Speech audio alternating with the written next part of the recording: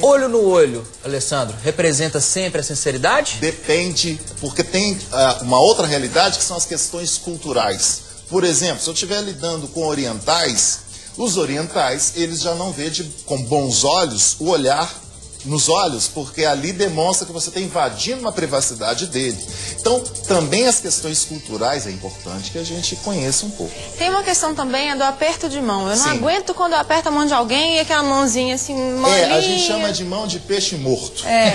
A gente tem que ter cuidado muito no toque. Não pode estrangular a mão da gente também. Também o macho man, eles chamam de macho man, o alicate. Isso. Tem muito homem para demonstrar que ele é forte, Não, gente, tudo é uma suavidade. Olha, é firme, sem apertar, sem demonstrar falta de energia. Esse que você demonstrou, do peixe morto, é falta de energia. Quer dizer, eu não tenho preocupação com o outro. A gente pode considerar que isso seria uma mensagem direta? É uma comunicação não verbal. Tem uma outra questão também, Alessandro. Por exemplo, pegando um gancho nisso de pegar nas mãos, encostar. Por favor, que eu vou... Isso. Aquela pessoa que conversa, até meu ponto tá caindo aqui. Conversa e faz assim, conversa com a pessoa achando que pode encostar, escorar. Ou se não conversa assim, sempre encostando, pegando na outra pessoa. Esse, às vezes, é um ponto de conflito entre pessoas, amizades ou casal. A pessoa que a gente chama na neurolinguística, ela é mais visual, ela evita o contato físico. O sinestésico, por exemplo, ele precisa pegar, ele precisa tatear, ele não consegue conversar. Então, quando você tem uma comunicação, um visual com um sinestésico, ali às vezes cria um choque. Agora, eu sou sinestésico e sei que você é visual e que você não tem...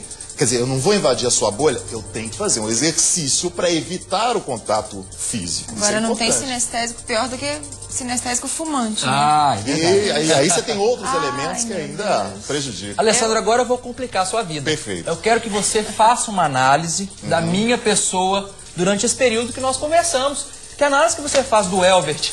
Olha, também tô querendo. Uma pessoa com muita energia, dinâmica, com reflexo, tanto do ponto de vista de construção de discurso, que é o seu texto, e o compartilhamento dele, perfeito. Um ótimo comunicador. Obrigado. Minha vez agora. Você também, mais suave, Natália. Você está mais suave.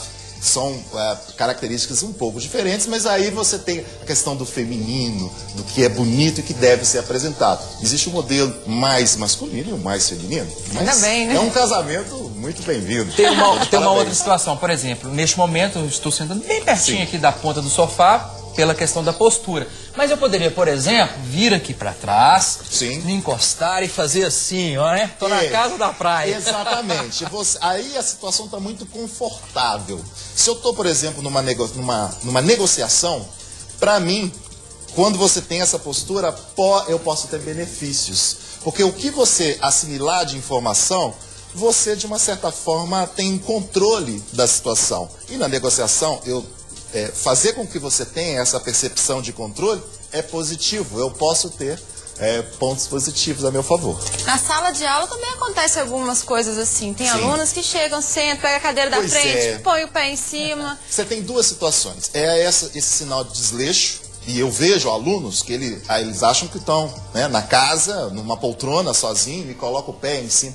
Isso, do ponto de vista de percepção, de recepção de informação, é prejudicial, porque ele está desleixado. Então, a boa postura ajuda a gente a aprender melhor. Isso. E principalmente, eu sempre falo com meus alunos, para eles trocarem de lugar ao longo da aula e do semestre.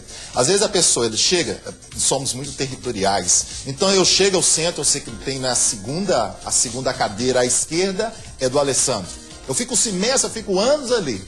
Tem gente que às vezes falta, eu sou assim, bem interessante, que os colegas chegam e nem sentam, que parece que tem uma entidade ali. Isso, do ponto de vista de informacional, de busca de informação, é ruim, porque só tem um lado do cérebro sendo estimulado. No curso de oratória, por exemplo, a gente fala, orador, transita pelo ambiente, tome posse, porque você está estimulando o cérebro das pessoas de forma mais geral. Alessandro, muito obrigado pela entrevista. Eu que agradeço. Um aperto de mão, amigo e sincero. Sincero, é isso aí. Obrigado.